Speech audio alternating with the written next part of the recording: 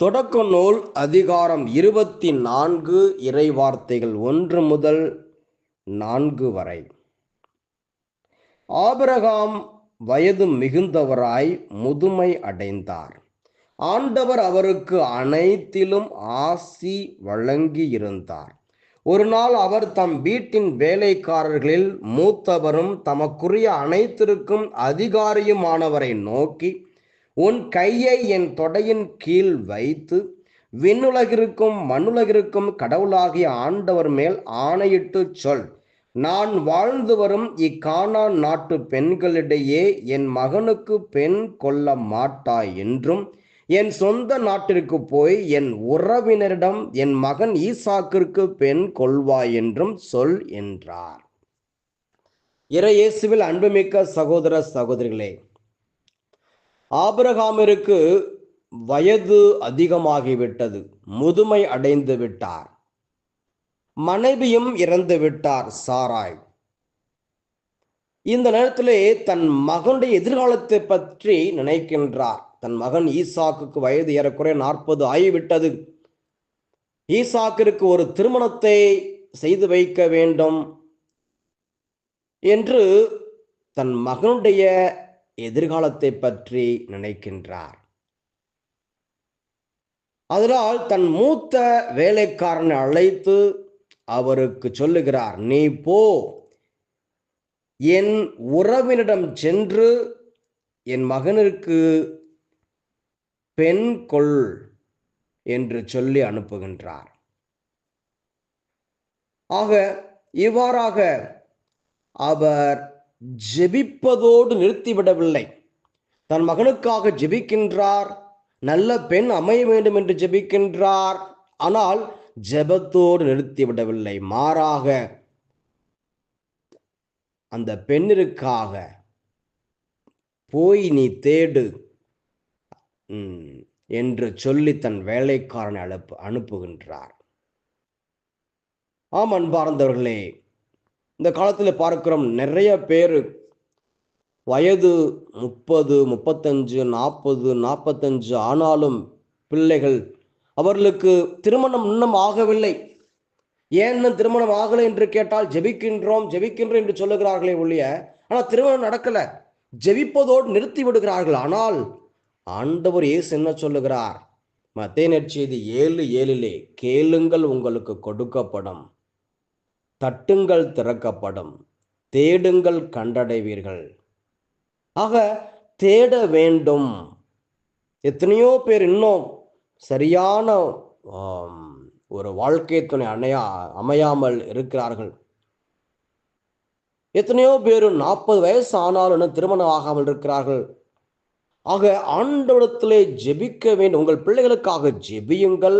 அதே சமயத்திலே சரியான ஒரு துணை அமைய தேட வேண்டும். ஜெபத்தோடு தேட வேண்டும். ஆண்டவர் கண்டிப்பாக கொடுப்பார். ஒரு சகோதரி, பாவம், அவருக்கு ஏறக்குறைய 50 வயது, திருமணம் ஆகாமலே இருக்கின்றார். அவரோடு நான் பேசிக்கொண்டிருந்த பொழுது இவ்வாறாக சொன்னார், ஃபாதர், நான் திருமணம் செஞ்சுக்கலான்னு தான் ஆசைப்பட்டேன். ஆனால் அந்த வயசில் நான் சொல்றதுக்கு நான் பயந்தேன். எங்கள் அப்பா அம்மாட்ட சொல்ல பயந்தேன். நான் சும்மா நாச்சுக்கும் சொன்னேன் எனக்கு திருமணம் வேண்டான்ட்டு. ஆனால் அதே அந்த வார்த்தையை பிடிச்சிக்கிட்டு எனக்கு திருமணம் செய்யாமலே விட்டுட்டாங்க. எனக்கு கேட்கும்போது மிகவும் வருத்தமாக இருந்தது. பெற்றோர்கள் பாருங்க, பிள்ளையினுடைய மகளுடைய உணர்வை புரிஞ்சு கொள்ளாம, மகளுடைய ஆசையை புரிந்து கொள்ளாமல் ஏதோ ஒரு வார்த்தையை சொல்லிவிட்டார் என்பதற்காக அவரை அப்படியே விட்டு விட்டார்கள். கடைசி வரைக்கும் திருமணம் செய்து கொள்ளாமலே இருந்து விட்டார். மிகவும் வேதனை. அதே போல சில ஆண்களும் அப்படித்தான்.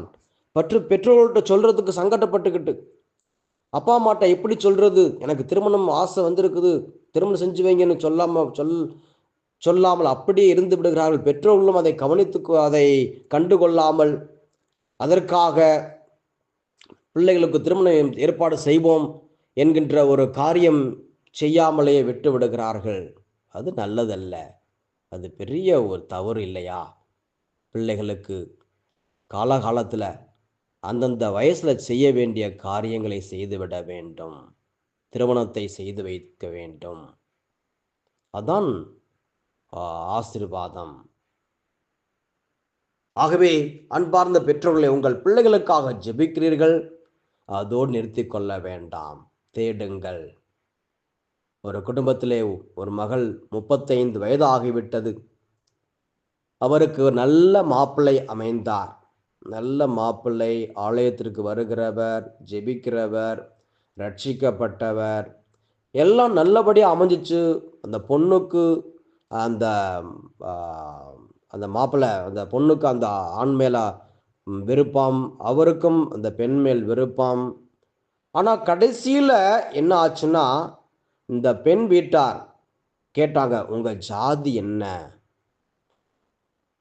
அப்போ அவங்க அந்த பலான ஜாதி, இந்த ஜாதின்னு சொல்லவும், அதை கேட்ட உடனே இல்லை இல்லை, எங்களுக்கு வேண்டாம், இந்த சமூகம் வேண்டாம் என்று அப்படியே நிறுத்திவிட்டார்கள். திருமணம் செய்து வைக்கவில்லை. இன்னும் அந்த பெண் 40 வயசாச்சு, இன்னும் அந்த பெண் அப்படியே இருக்கிறார், திருமணம் ஆகல. பார்த்தீங்களா? கேவலம் அந்த சமூகம், ஜாதி, இதனால அந்த திருமணமே தடைபட்டு விட்டது. அந்த பெண்ணுடைய வாழ்க்கையே அழிந்து விட்டது. பெற்றோர்கள் பாருங்க. ஆக இயேசுவை ஏற்றுக்கொண்டிருக்கிறார், ரட்சிக்கப்பட்டவர், இறைவனுக்கு பயந்து வாழ்கின்றார். அப்புறம் எதுக்கு மற்ற காரியங்கள்? அப்புறம் எதுக்கு தடை சேர்த்து வைத்து திருமணம் செய்து வைக்க வேண்டும்? ஆகவே அன்பார்ந்த சகோதர சகோதரிகளே, ஆபிரகாம் தன்னுடைய மகனுடைய எதிர்காலத்தை, தன்னுடைய மகன் நல்லபடியாக இருக்க வேண்டும் என்று அவர் விரும்பினார். அதன்படியே செய்தார். வேலைக்காரனை அனுப்பினார். வேலைக்காரனை அனுப்பினாலும் அவர் வீட்டில் இருந்துகிட்டு ஜெபித்து கொண்டு இருந்தார். என் வேலைக்காரன் சொல்லுகின்றான், சரியான பெண்ணை பார்க்க வேண்டும், அவன் போகிற காரியம் வெற்றி அடைய வேண்டும் என்று ஜெபித்ததால் தான் அவர் போன உடனே, அந்த வேலைக்காரன் போன உடனே அந்த ரெபேக்காளை பார்த்தார், பேசினார், வீட்டிற்கு சென்றார், பேசி அந்த ரெபேக்காளை கூட்டி கொண்டு வருகிறார். ஆகவே பிள்ளைகளுக்காக உபவாசம் இருந்து ஜெபிங்க. இந்த தப காலத்திலே ஜெபியுங்கள். ஆண்டவர் பெரிய காரியத்தை செய்ய போகின்றார்.